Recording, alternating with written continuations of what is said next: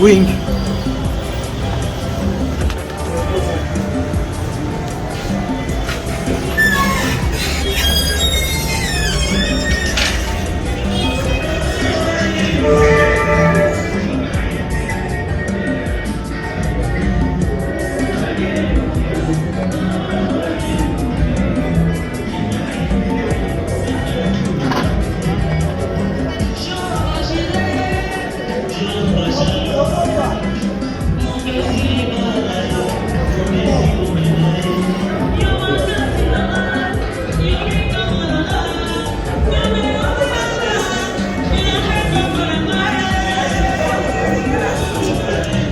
Déjà maintenant on a retrouvé une nouveau c'est ma petite sœur donc on a côté orchestre on a un orchestre on a coudre un ndako na sona bata desa danser mais même maman ko pas aigle si le lot c'est 17 ans ma aigle pour la jour merci beaucoup maintenant maman la mode fait c'est mon président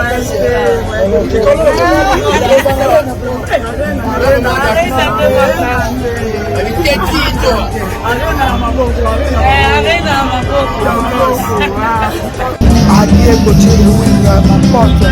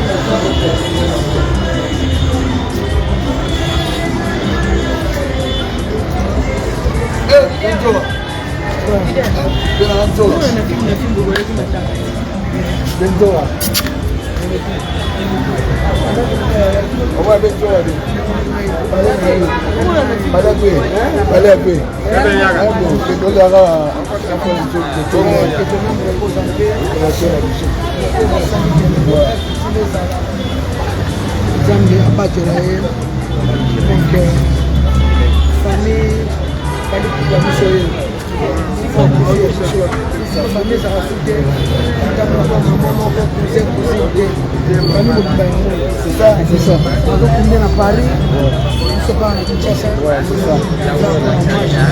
À Adrien, il y a les bâchés, il y a mon pote. La temps, ça les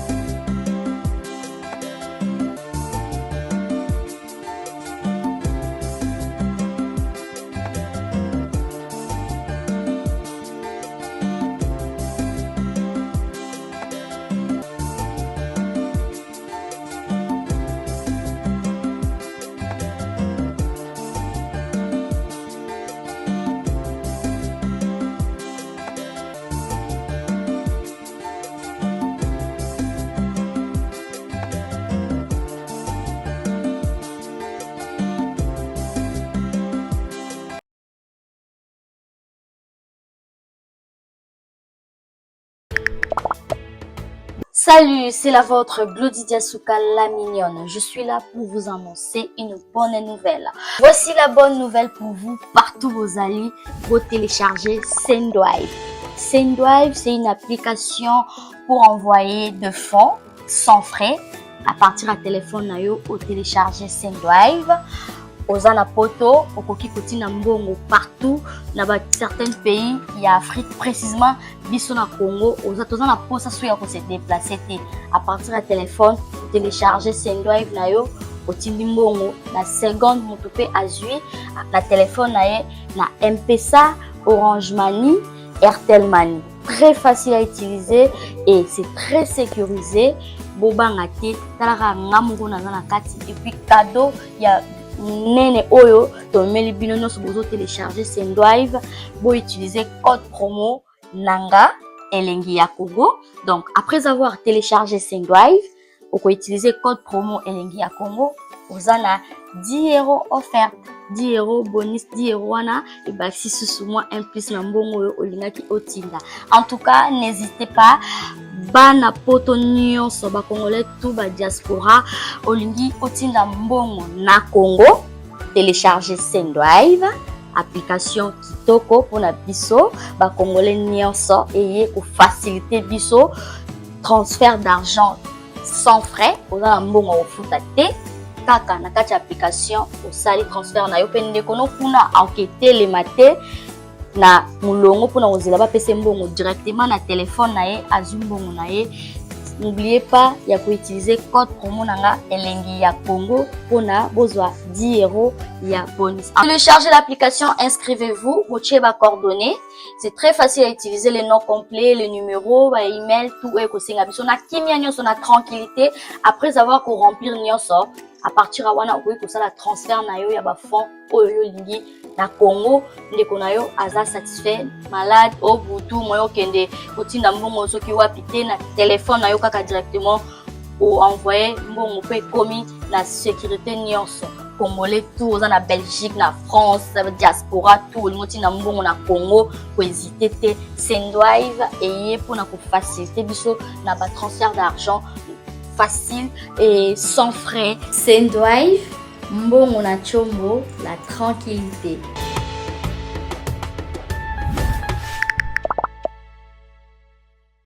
3, 2, 1. Taylor Lubanga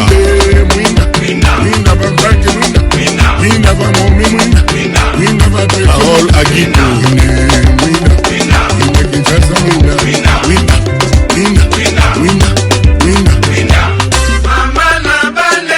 Richard Kabala dans le club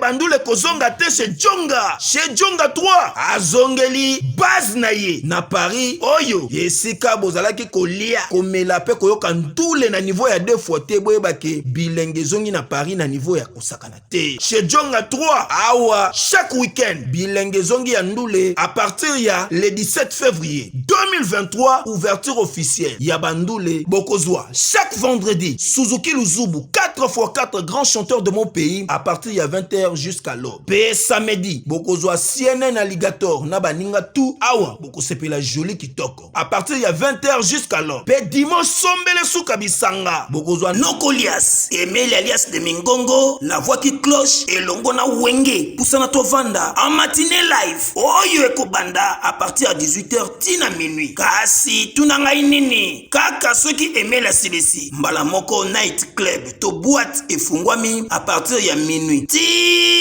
Ba 5h avec DJ Bobo oyo akosepelisa bino na bandule pe na ambiance ya kitoko. Malolo. Oui frère, Babi Djonga. La Congolia. Futur. Hein? Nous te reçons la 50 boîtes. La Tatakin, c'est Djonga. Chez Djonga Twanga Nantaba, ezwami na adresse Oyo, Noisy le Sec, na sima ya McDonald, numéro 25, chemin de Grou, 93 130, Ozamo Bimba. Chez Djonga Twanga Nantaba, yango nde ezali moboko ya ambiance na kati ya Paris pe na France Mobimba.